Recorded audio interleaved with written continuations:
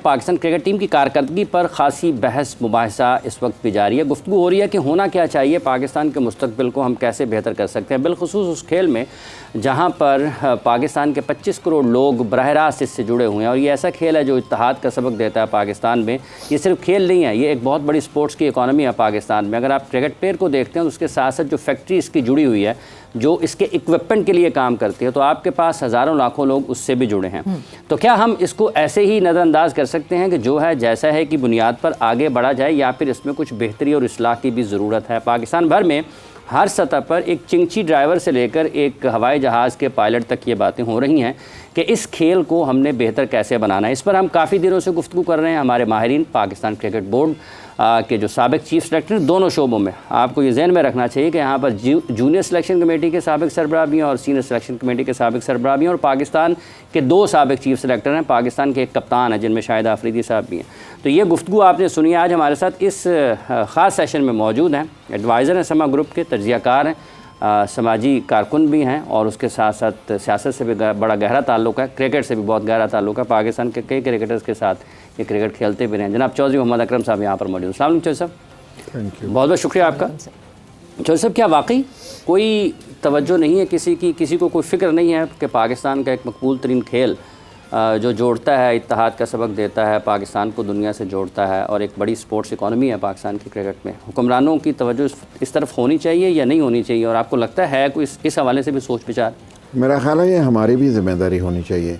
हम लोग जो टीवी चैनल्स के लोग एनालिस्ट हैं, पैनलिस्ट हैं, साबिक क्रिकेटर हैं, मौजूदा क्रिकेटर हैं, उनकी भी ज़िम्मेदारी होनी चाहिए। और आज पाकिस्तान की क्रिकेट टीम जिस हालत में अमेरिका में होगी, जिस मेंटल स्ट्रेस में होगी, और जो बैशिंग हम 24 करोड़ अवाम उनकी कर रहे हैं, वो अगर हम put our self in the shoes of them, तो हमें उसका अंदाज़ा होना चाहिए। ठीक है, वो प्रोफेशनल क्रिकेटर हैं, उनकी अपनी ज़िम्मेदारियां हैं, लेकिन बीइंग नेशन हमारी भी कुछ ज़िम्मेदारियां हैं। हमें भी ये असेस करना चाहिए कि क्या ये नतीजा 12 खिलाड़ियों के खेल की वजह से निकला, या जो खेल क्रिकेट के साथ गुज़श्ता कई सालों से खेला जा रहा है, जिस पर हम सब लोग कहीं ना कहीं हिस्सा बने। मैं जब भी कभी पाकिस्तान की आज की मुआशी तबाही और बर्बादी को देखता हूँ, तो मैंने उसकी वजूहात को जब भी डिग करने की कोशिश की है, तो मैंने उसका ज़िम्मेदार पाकिस्तान के अवाम के साथ साथ पाकिस्तान के हुक्मरानों और हमारे अपने निज़ाम को पाया है। पाकिस्तान की भी जहाँ आज तबाही हुई है, उसमें निज़ाम का अमल दरामद है, अमल दखल इस हद तक है कि हमने उस पर कभी गौर नहीं किया। और यही क्रिकेट का है। पीसीबी के ऊपर आप ज़िम्मेदारी डाल दें, आज आप मोहसिन नकवी के ऊपर क्रिटिसिज्म शुरू कर दें, आज आप बाबर आज़म के ऊपर क्रिटिसिज्म शुरू कर दें, क्या आप या मुझे मेरे साबिक दोस्त जो हैं क्रिकेट के जो माहिरीन हैं, वो बता सकते हैं कि दूसरा बाबर आज़म पाकिस्तान के पास मौजूद है, दूसरा शाहीन शाह अफरीदी पाकिस्तान के पास मौजूद है, दूसरा पाकिस्तान के पास रज़वान मौजूद है, फ़ख्र ज़मान मौजूद है? अगर ऐसा नहीं है तो इसकी वजह तलाश करने की ज़रूरत है। कामयाबी, नाकामी, और कोई अच्छी इनिंग्स और कोई बुरी इनिंग्स, ये ज़िंदगी का हिस्सा होता है और होता रहता है। लेकिन हम जब इस टीम को भेज रहे थे, हम सबको पता था कि हमारा क्या हाल है, तो हमने कौम की जो उम्मीदें बंधाई, क्या हम उसके ज़िम्मेदार नहीं हैं?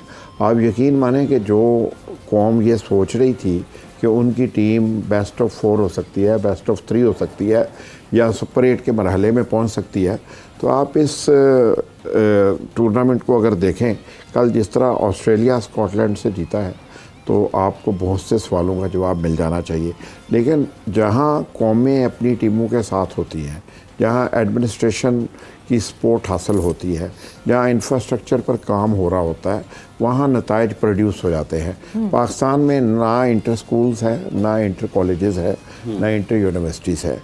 पाकिस्तान में क्लब क्रिकेट ख़त्म हो गई है, पाकिस्तान में इंटर सिटी क्रिकेट ख़त्म हो गई है, पाकिस्तान में डिपार्टमेंटल क्रिकेट ख़त्म हो गई है, पाकिस्तान में प्रोवेंशनल लेवल पे कोई क्रिकेट मौजूद नहीं है, पाकिस्तान में 2-2 कनाल के घरों में स्कूल बन चुके हैं, कोई प्ले ग्राउंड मौजूद नहीं है, कोई बच्चों को मिंटो पार्क नहीं मिलता, कोई बच्चों को जीसी का ग्राउंड नहीं मिलता, बच्चों को एफसी कॉलेज का ग्राउंड नहीं मिलता। पाकिस्तान की हाउसिंग सोसाइटीज़ स्पोर्ट्स की फैसिलिटीज़ नहीं देती, पाकिस्तान की हुकूमत इस पर तवज्जो नहीं देती और हम सर उठाते हैं, भाग दौड़ते हैं उन 12 खिलाड़ियों पे। तो वो 12 खिलाड़ी भी इसी निज़ाम का हिस्सा हैं, वो भी हम में और आप में से मौजूद हैं। जितना एक मेरिट पे हम अपने अपने काम कर रहे हैं, फिर उतना ही मेरिट पे वो भी अपना काम करते हैं। मेरा ख़्याल है कि मिन हैसुल कौम और हमें एज़ एक्सपर्ट्स भी इन चीज़ों पर गौर करने की ज़रूरत है कि हम कहाँ खड़े हैं, और उसकी सर्जरी की ज़रूरत नहीं है, उसमें बेहतरी की ज़रूरत है। और हमें गौर करना चाहिए कि गुज़श्ता 25 साल की गलतियाँ क्या हैं।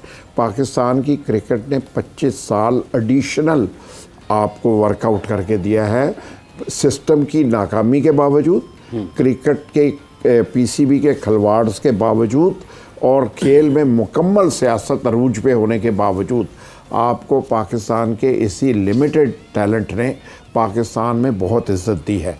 पाकिस्तान की क्रिकेट टीम में आज भी अच्छे नंबर्स पर इंटरनेशनली खेलने वाले प्लेयर मौजूद हैं, लेकिन उसके बावजूद अगर आज हम इसी तरह अपनी टीम को बैश करेंगे कि वो खिलाड़ी कोई यूएई चला जाएगा, कोई हांगकांग चला जाएगा, कोई सऊदीया चला जाएगा, पाकिस्तान नहीं आ सकेगा।